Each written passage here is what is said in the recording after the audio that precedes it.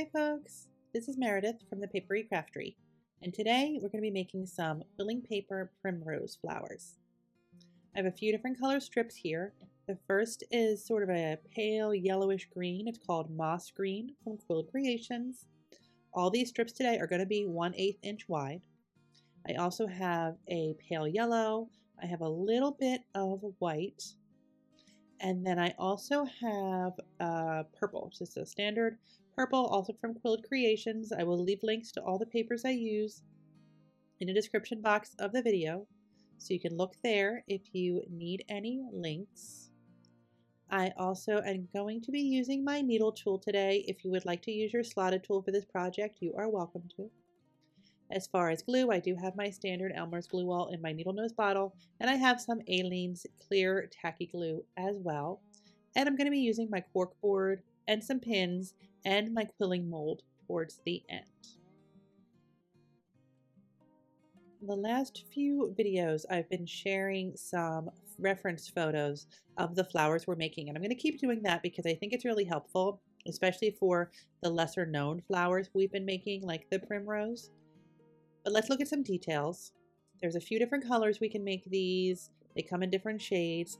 They have 5 sort of heart-shaped petals with a yellowish star in the middle and then a little bit darker center. Translates pretty easily to quilling, so let's get started.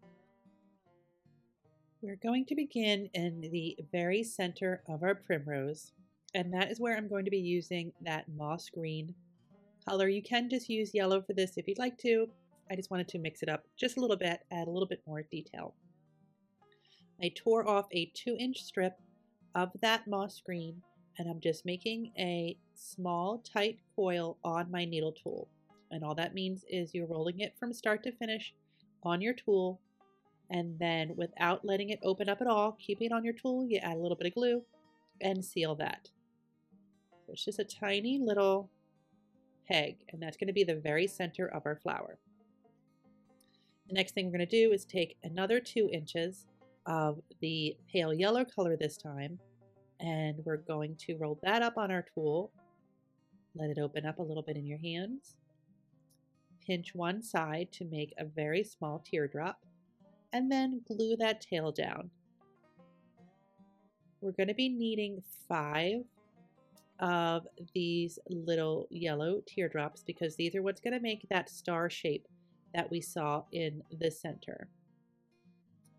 So here I have all 5 of those ready to go, and we can move on to the next detail. This is a pretty faint detail, and if you'd like to skip this part, you're welcome to. But what I'm going to do is wrap those little yellow teardrops that I made with about 2 inches of the white paper. There's a very faint line of white between the yellow star shape and the purple flowers that we're making. Some of the other colors of the primrose, like the off-white ones or the white ones, you won't need to do this if you're making yours in a different shade. But for the purple ones, there's just a tiny little detail of a little bit of white between those 2 pieces. So I glued one end of my white on my teardrop, wrapped it around 3 times, tore off the excess, and then glued that down to dry. Oop, there we go. And we're going to do that to all 5 of the teardrops. There's number 5. And now we can move on to making the actual petals. This is a really quick moving project. So thank you for sticking with me as we're just plugging along here. So I have here Quill Creations purple, and the strip is about 18 inches long. I'm just tearing it right in half, and each of those halves is going to be 1/2 of each petal. So for every petal, we need to do this twice. I am just rolling up start to finish on my quilling tool. Like I said earlier, if you want to use a slotted tool for this project, you're welcome to. If you want to use your automatic quilling tool, you can do that as well if you have one of those. So roll it all the way up, let it open up in my fingers here, and just let it relax kind of naturally. Ooh. Butterfingers today. That is looking good, so I'm going to pinch one side to make a teardrop again and glue that tail down to dry. Press that to seal, and that is 1/2 of my petal. And I'm going to need 10 of those all together. I'm going to roll up the other half here. That's going to make number 10. And that's going to be the petals for our flower. And at that point, once all the petals are made, we can put everything together. So I am taking one of my purple teardrops, and I have a second one ready to go, and I have one of my yellow and white teardrops as well. I'm going to put a little bit of glue towards the bottom half of my teardrop on the purple where the point is, and I'm going to put my yellow piece pointing in the opposite direction on that glue. So the yellow point is facing one way and the purple point is facing the other way. Hold that together for a moment, put a little bit of glue on the top and bottom of that piece, and then place another purple teardrop on the other side. So what we've just made, if you think back to that reference photo in the beginning, is the kind of heart-shaped petal with one of the pieces of that yellow star connecting the two of them. So hold that together for a moment and place that aside to dry. You're going to want to put together all the rest of your petals in the same way.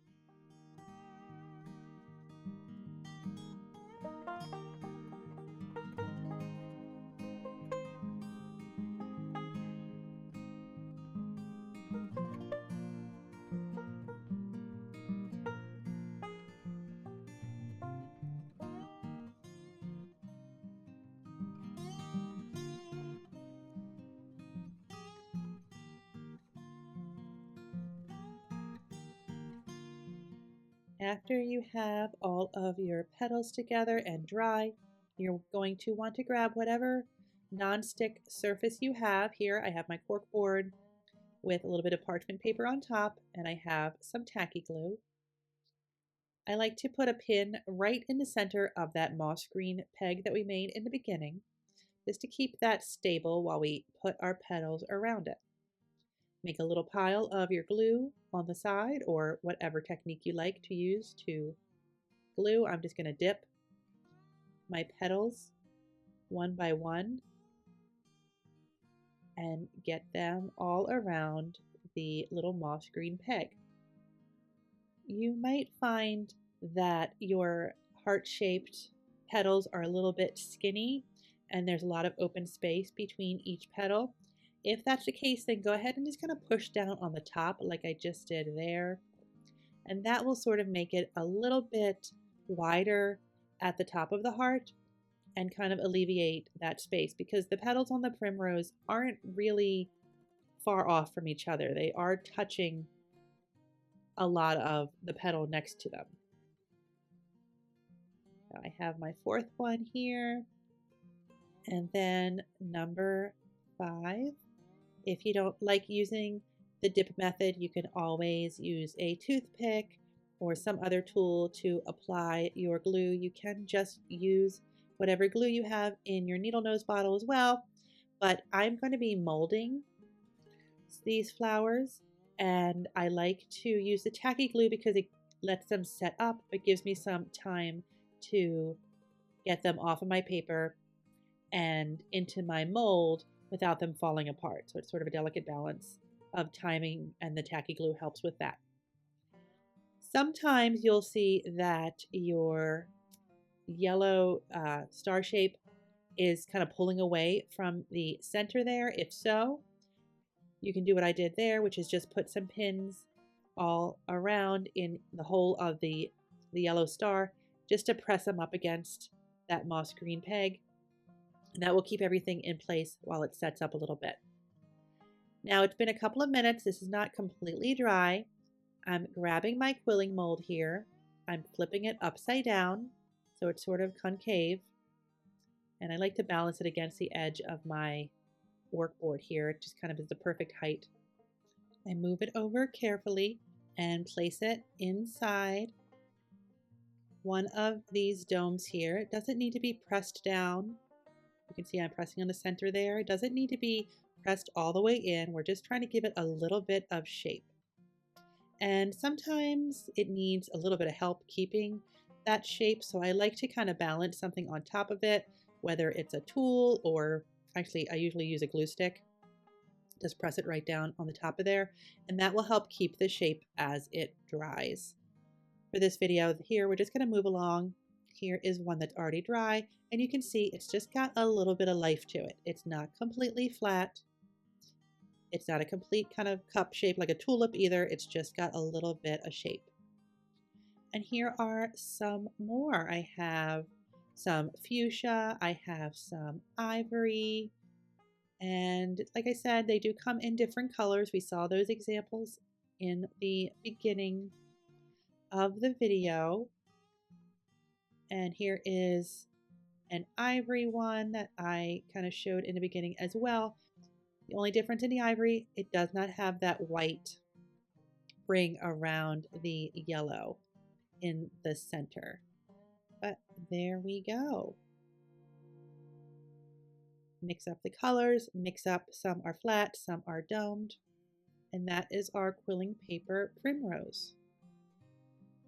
If you have any questions, please leave those in the comment section of the video and I'll answer them as soon as I can. I will leave links to all of the supplies and tools that I used. I'll leave that in the description box for this video. You'll also see there a link to my Buy Me a Coffee page where you can see some quilling extras, including an extra video, and add some support to this channel to keep it growing. I always really appreciate that. It's so helpful. In the meantime, don't forget to like and subscribe so you can be around for the next video, and I'll see you then. Thanks so much for watching. Bye-bye.